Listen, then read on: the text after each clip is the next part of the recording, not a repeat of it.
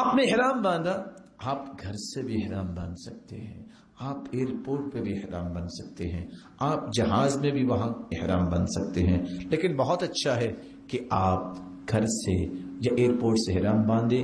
بسا اوقات جہاز کے اندر ٹوائلٹ چھوٹا سا ہوتا ہے، خطرہ ہوتا ہے کہ کہیں احرام ملوث نہ ہو جائے، تو بہتر یہ ہے کہ اچھے انداز سے پہلے باندھ دیں۔ لیکن اس کا یہ مطلب نہیں ہے کہ آپ نے احرام باندھ لیا تو آپ کا احرام شروع ہو گیا، نہیں۔ جب تک آپ میقات پہ نہیں پہنچتے احرام کی وہ پابندیاں شروع نہیں ہوں گی۔ آپ گھر سے 20 مرتبہ نیت کر لیں، وہ نیت کنسیڈر نہیں ہوگی۔ احرام باندھا ہے لیکن میقات پہ جا کے آپ کو نیت کرنی ہے۔ اور آج کل سسٹم یہی ہے کہ جب 35 منٹ باقی رہتے ہیں اور کبھی 30 سے 32 منٹ تو اناؤنسمنٹ کر دی جاتی ہے کہ اس وقت ہم یلملم میقات گزر رہے ہیں اور آپ اپنی نیت کر لیں۔ آپ نے چونکہ حج تمتع کرنا ہے، پہلے عمرہ کرنا ہے اور پھر حج کرنا ہے، تو آپ کو یہ کہنا ہوگا لبیک اللہم بعمرۃ، اور آپ نے نیت کر لی۔ اور اگر آپ کسی اور کی طرف سے کرنا چاہتے ہیں، والد، والدہ، بھائی، چچا، اس کا نام لینا ضروری ہوگا۔ لبیک اللہم بعمرۃ عن ابی، میرے باپ کی طرف سے، عن امی، میری والدہ کی طرف سے، عن اخی، میرے بھائی کی طرف سے، عن اختی، میری بہن کی طرف سے، عن عمی، میرے چچا کی طرف سے، عن خالی، میرے ماموں کی طرف سے۔ وہ الفاظ آپ کو ساتھ ملانے چاہیے۔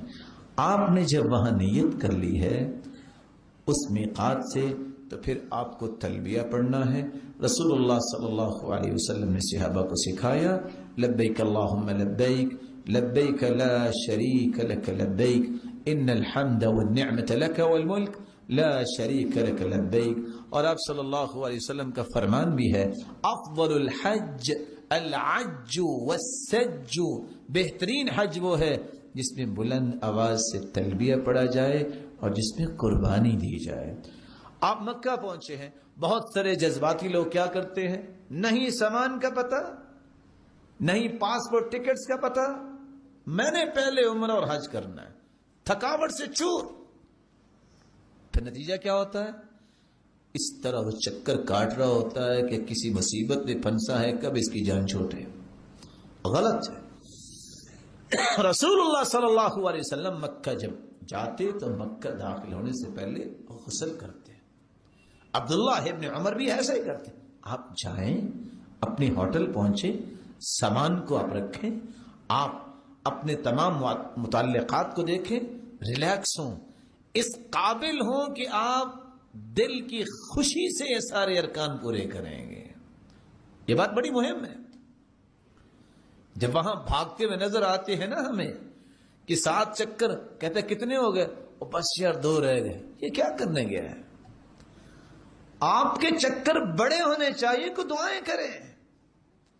جب آپ تھکے ہوئے ہیں تو کیا کریں گے؟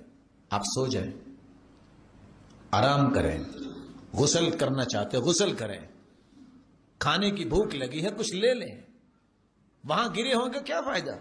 جب آپ مینٹلی پرپیئر ہو گئے کہ میں نے مطاف جانا ہے، اور صرف آپ اکیلے نہیں ہوں گے کہ آپ کے لیے مطاف خالی کروا دیے جائے، آپ کو پتہ ہے لوگ کتنے ہوں گے، آپ تیار ہو کے جائیں، پھر تسلی کے ساتھ آپ کو عمرہ کرنا ہے۔